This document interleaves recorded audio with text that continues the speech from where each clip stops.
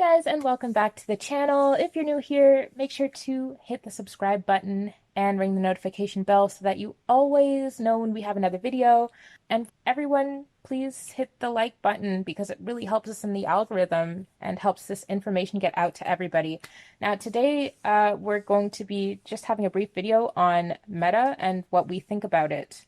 So Facebook is rebranding as Meta, as everybody probably knows, and trying to sell us a virtual reality. But we know that this has been in the works for a very long time.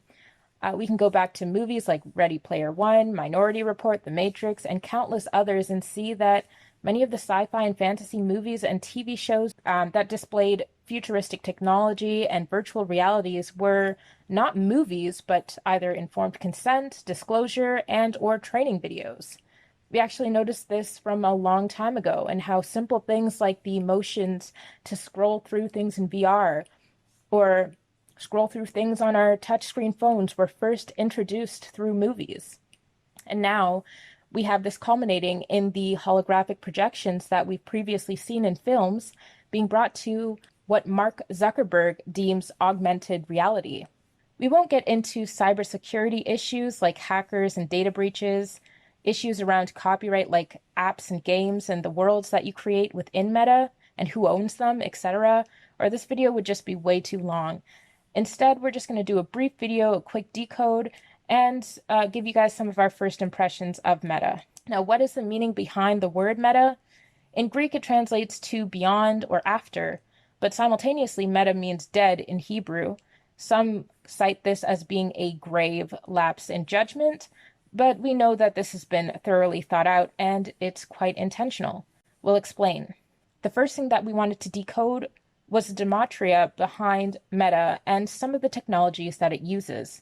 Meta is 39 and 12 in the English ordinal and full reduction, and it's 69 and 24 in the reverse ordinal and reverse full reduction, respectively.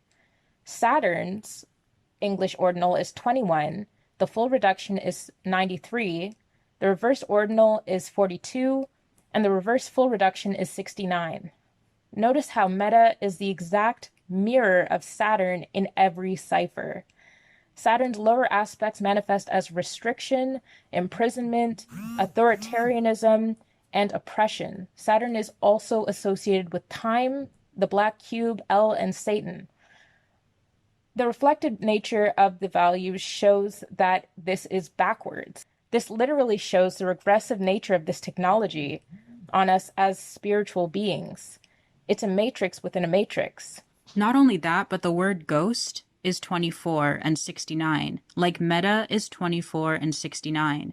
Do you want to be the ghost in the machine, everyone? Slow motion this side. I feel like Ralph would totally say that. Seriously. And shout out to Ralph. We love Ralph. We love him. Diving deep. Seriously, we had to think of him. Anyway, okay. The following words also have the same values in gematria. Slavery is 39 and 42, and illusion is 39. More than anything, though, Meta is a dead reality without the divine spark or breath within it. Essentially, this virtual reality is a graveyard. Graveyard is 47 in full reduction and 142 and 52 in the reverse ordinal and reverse full reduction, respectively. Just like Cambria, as in Project Cambria, the VR headset that will immerse you into the virtual reality. It has identical values in the exact same ciphers, except for 47, which appears as the value in the English ordinal cipher. Dolores Cannon spoke of the new Earth and how some of the Earth's population would ascend to 5D while others would be left behind. Meta literally exists in a lower dimension than our Earth plane because it's a computer program built within a hologram. So we must ask ourselves, how will it affect our soul's progression, our soul's growth, if we choose to spend most of our lives and our time in a lower dimension? Was that part of your soul's plan when you decided to come to Earth? Did you intend to live in a matrix within a matrix? Humanity has purposely been held back for a long time, stuck in what appears to be a time loop. This is why we constantly experience the same events occurring in history over and over again, first to our ancestors and then to us. And if that weren't enough, Just as many of us are rising in consciousness and raising our frequencies, they're trying to not only hold us back now, but trap us in lower dimensions of consciousness. Meta promises to unite you with your family and friends and make it feel almost like they were right there with you. It promises to make you feel almost like you were at your favorite concerts with your friends, or almost like you were at work. But none of this technology would have been mildly interesting to the public if they hadn't taken away all those things from us in the first place, making it harder to go where you want to go in the real world, and then making up rules that take away people's abilities to see their family and friends easily.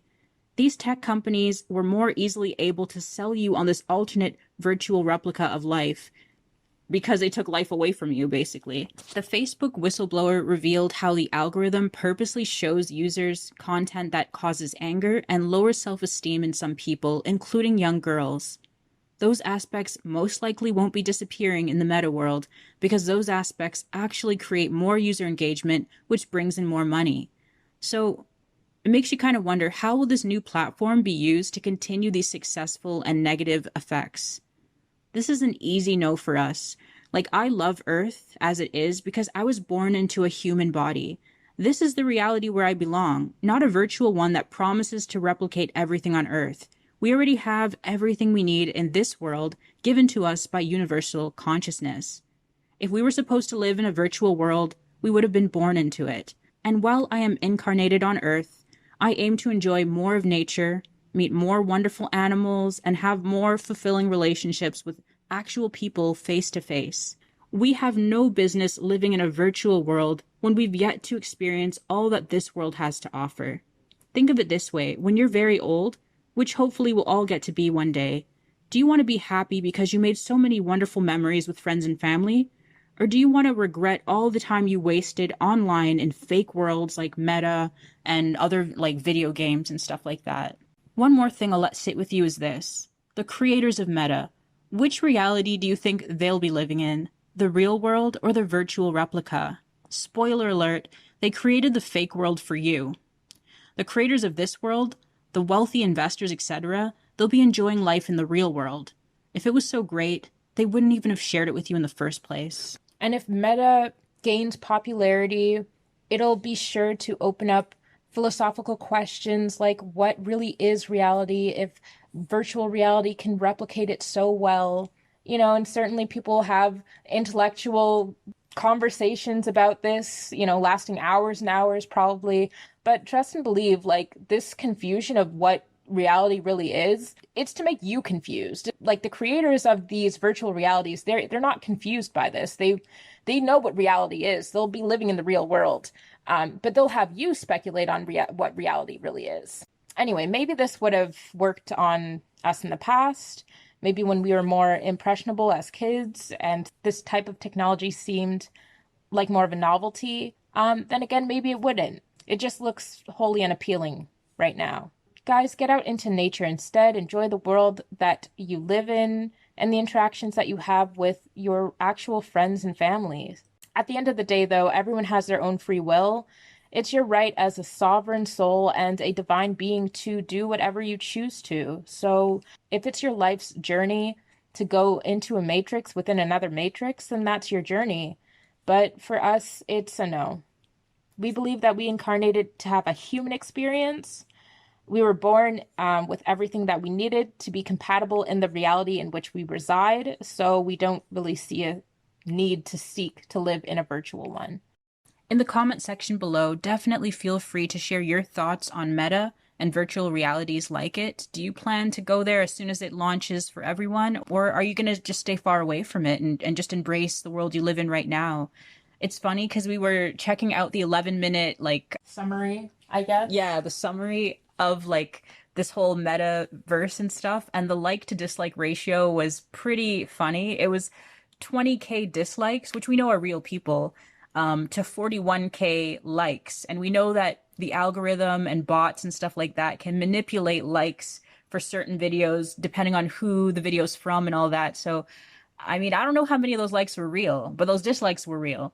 So I don't know that everyone is really on board with this. And then for the 1 hour long explainer video, they just straight up turned off likes and comments. So I don't think anyone's really sold on living in a fake reality. I think that if If they want to enjoy a world alone, I think they should go into their metaverse. Me too. And no one will join them. They can be alone there and enjoy it for themselves. Thank you. Thank you. And let me just end this before it gets too long. Have a good one, guys. Like, subscribe, share with anyone you think needs to hear it. We'll see you in the next one.